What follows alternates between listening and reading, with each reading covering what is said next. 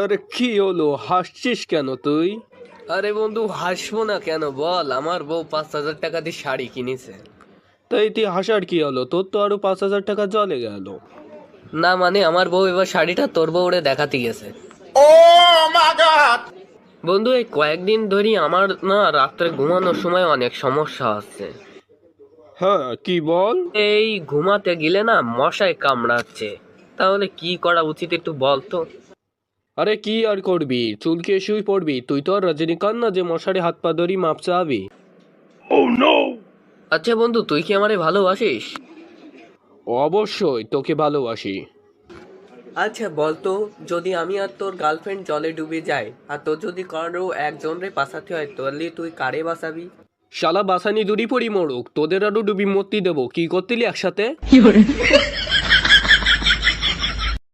এই শুনছো, একটু মোটরটা ছেড়ে দেবে, আমি স্নান করতে এসেছি। হ্যাঁ, সারাদিন আমি তোমার মোটর দেওয়ার জন্যই বসে রয়েছি, তো আমার তো আর কোনো কাজ বাজ নেই। এখন আমি চা করছি, চা করবো না তোমার মোটর দেবো? তুমি কালকে স্নান করে সাবান নিজে ঠিক জায়গায় রাখোনি, তাই কাজের লোক জামা কাচতে যাই স্লিপ খেয়ে পড়ে মাজা ভেঙেছে। এখন 3 দিন ধরে অসুস্থ রয়েছে, সব কাজ আমাকেই করতে হচ্ছে। তুমি তো নিজের জাঙ্গিটাও ঠিকভাবে নাড়ে ধাও না, সব কাজ আমাই করতে হয়। জীবনটা ধ্বংস করে দিল আজকে, একে বিয়ে করে আমার জীবনটা ধ্বংস হয়ে গেল। বুঝতে পারছি না বাড়া, স্নান করতে এসে ভুল কাজ করলাম না বিয়ে করি। ডাক্তারবাবু, আমার না খুব পায়খানা হচ্ছে, খুব সমস্যা হচ্ছে, কিছু করুন।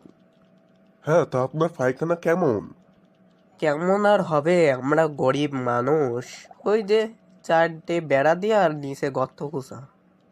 আরে না না না না, আপনার পায়খানা ঘরের কথা শুনিনি, আমি বলতে চাইছি যে আপনার পায়খানা কেমন হয়, বেরোয় কেমন? এই ডাক্তারবাবু, পাতলা। আরে কেমন পাতলা? আরে এমন পাতলা যে আপনি মুখে নিয়ে কুলিকুচিও করতে পারবেন। তা এই নেন ওষুধ, আর 1 সপ্তাহ পরে আসবেন। এই যে আপনি আবার এসেছেন, আপনার পায়খানা ঠিক হয়েছে? ডাক্তারবাবু, আপনার ওষুধ খেয়ে তো আমার পায়খানা শক্ত হয়ে গেছে। তা শক্ত মানে? এ মানে এত শক্ত হয়েছে যে আপনি দাঁত দিয়ে কামড়িয়ে ভাঙতেও পারবেন না। মা মা, জানো আজকে না মুততে যাওয়ার সময় অদ্ভুত একটা কাণ্ড হয়েছে আমার সাথে। কেন, কি হয়েছে? আবার ভয়টাই পাওনি তো? আসলে আমি যখন টয়লেটের দরজা খুললাম না, সব আলো জ্বলে উঠলো। তারপরে ঠান্ডা ঠান্ডা হাওয়া আসতে থাকলো, কেমন চারিদিকটা যেন ধোয়া ধোয়া। শালার জানোয়ার, তুই আজকেও ফ্রিজে মুতে এসেছিস, তারা তোর আজকে হচ্ছে।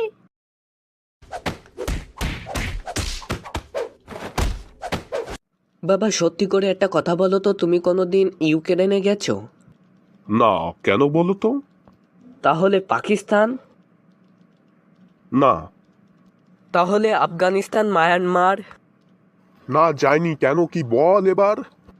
তা না হলে বাবা, এই সন্ত্রাসী আইটেম কোন জায়গার তাই নিছো? হাই, কেমন আছো? জ্বালাতন সব, একটু বসে হাঁকতেও দেবে না। শালা মেয়েরা আমার পিছনে এত পাগল কেন? হ্যাঁ, ভালো আছি। তুমি কি বসে আছো?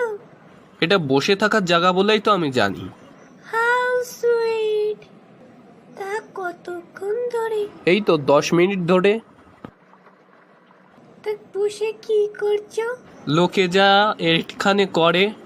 আচ্ছা ডার্লিং, আমি না তোমাকে পরে কল করছি। এখানে কোনো কাঁথার বাচ্চা আমার সব কথার উত্তর দিচ্ছে। কাকু, শেক আছে? শেখ মানে কি বলছি সেসব? আরে কাকা, শেক সিগারেট চাচ্ছি। আর হ্যাঁ, একটা লাইটারও দিও। আরে তুই অনিকেত বাবু ছেলে না, কত খারাপ হয়ে গেছিস তুই, সিগারেট চাচ্ছিস আমার দোকানে এসে? তা তোর বাবা তো লোকের বাড়ি যেই বলে আদর্শের কথা, তা তোর এই অবস্থা স্ক্যাম। হ্যাঁ কাকা, আপনি ঠিক বলেছেন, আমার বাবার নাম অনিকেত, আর আমাদের বাড়ি আপনি যে লিমা কাকি মার বাড়ি লুকোই লুকোই যান, তাদের বাড়ির পাশে।